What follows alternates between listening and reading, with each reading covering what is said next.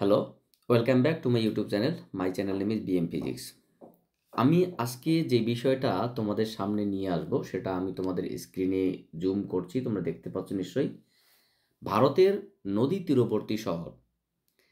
তোমাদের প্রশ্ন হতে পারে, স্যার কেন আমরা এই বিষয়টা জানবো? ইতিমধ্যে অনেক বড় বড় এক্সামে এখান থেকে প্রশ্ন এসেছে এবং আসতেই থাকবে। আর অ্যাটলিস্ট আমাদের জ্ঞান বৃদ্ধির জন্য আমাদের জানাই উচিত, যদি তোমাকে প্রশ্ন করা হয় বলো তো কলকাতা শহর কোন নদীর তীরে অবস্থিত, তাহলে তুমি হয়তো অ্যান্সার দিতে পারবে না। তো ঠিক শুধু কলকাতা নয়, আমাদের ভারতবর্ষের মধ্যে কলকাতার মতো বিশেষ বিশেষ কিছু শহর আছে যে প্রত্যেকটা শহর কোনো না কোনো নদীর তীরে অবস্থিত। সেই সম্পর্কিত আমরা একটা চার্ট বা তালিকা বলা যেতে পারে, সেটা আমরা নিয়ে এসেছি। তো চলো শুরু করি আমরা সেই শহর, তার যে তীরবর্তী নদীর তীরবর্তী অঞ্চলে অবস্থিত তার একটা ছোট্ট আলোচনা।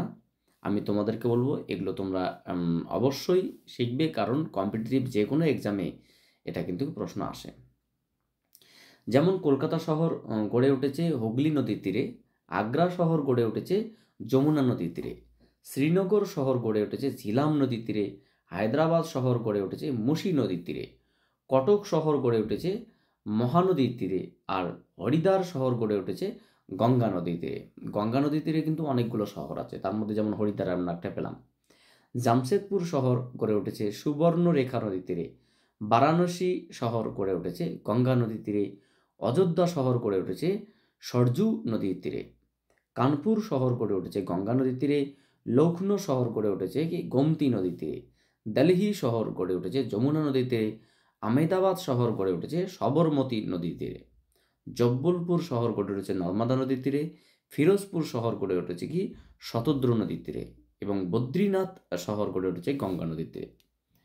একই রকমভাবে আমরা বলতে পারি কেদারনাথ শহর গড়ে উঠেছে গঙ্গা নদীর তীরে, তিরুচিরাপল্লী শহর গড়ে উঠেছে কি কাবেরী নদীর তীরে, বিজয়ওয়াদা শহর গড়ে উঠেছে কৃষ্ণা নদীর তীরে, পন্দরপুর শহর গড়ে উঠেছে ভীমা নদীর তীরে, লুধিয়ানা শহর গড়ে উঠেছে শতদ্রু নদীর তীরে, পানাজি শহর গড়ে উঠেছে মান্দবী নদীর তীরে, সুরাট শহর গড়ে উঠেছে তাপ্তি নদীর তীরে, চম্বল শহর গড়ে উঠেছে কোটা নদীর তীরে, পাটনা শহর গড়ে উঠেছে গঙ্গা ও সোন এর মিলনস্থলের নদীর তীরে। আচ্ছা, ভাগলপুর শহর গড়ে উঠেছে গঙ্গা নদীর তীরে, নাসিক শহর গড়ে উঠেছে গোদাবরী নদীর তীরে, উজ্জয়িনী শহর গড়ে উঠেছে শিপ্রা নদীর তীরে, গৌহাটি শহর গড়ে উঠেছে ব্রহ্মপুত্র নদীর তীরে, গৌহাটি ডিব্রুগড় এবং তেজপুর, গৌহাটি ডিব্রুগড় এবং তেজপুর এই তিনটি শহর গড়ে উঠেছে ব্রহ্মপুত্র নদীর তীরে।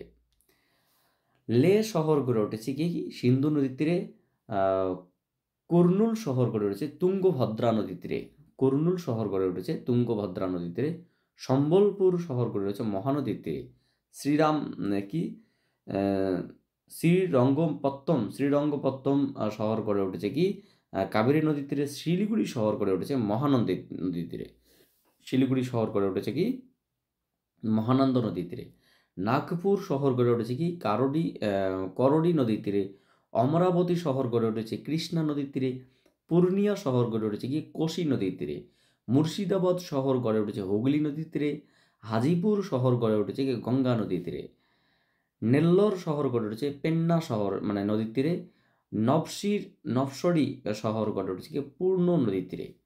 আচ্ছা, এইরকমভাবে আমাদের রয়েছে কি কোয়েম্বাটুর শহর গড়ে উঠেছে কি নয়াল নদীর তীরে, চেন্নাই শহর গড়ে উঠেছে আদিয়ার তোমার হচ্ছে গিয়ে কুয়াম ও আদিয়ার নদীর তীরে, মাদুরাই শহর গড়ে উঠেছে গিয়ে ভাইগাই নদীর তীরে, রৌরকেল্লা শহর গড়ে উঠেছে গিয়ে ব্রাহ্মণী নদীর তীরে, মথুরা শহর গড়ে উঠেছে যমুনা নদীর তীরে, জম্মু শহর গড়ে উঠেছে তবি নদীর তীরে, বেঙ্গালোর শহর গড়ে উঠেছে বৃষভাবতী নদীর তীরে, গোরখপুর শহর গড়ে উঠেছে রাপ্তি নদীর তীরে, নিজামবাদ শহর গড়ে উঠেছে কি গোদাবরী নদীর তীরে, এবং পুনা, যেটাকে আমরা পুনে স্টেট বলি, পুনে শহর গড়ে উঠেছে কি মুলা বা মুথা শহরের নদীর তীরে গড়ে উঠেছে। তো আশা করি তোমরা প্রত্যেকেই বিষয়টা বুঝতে পারছো।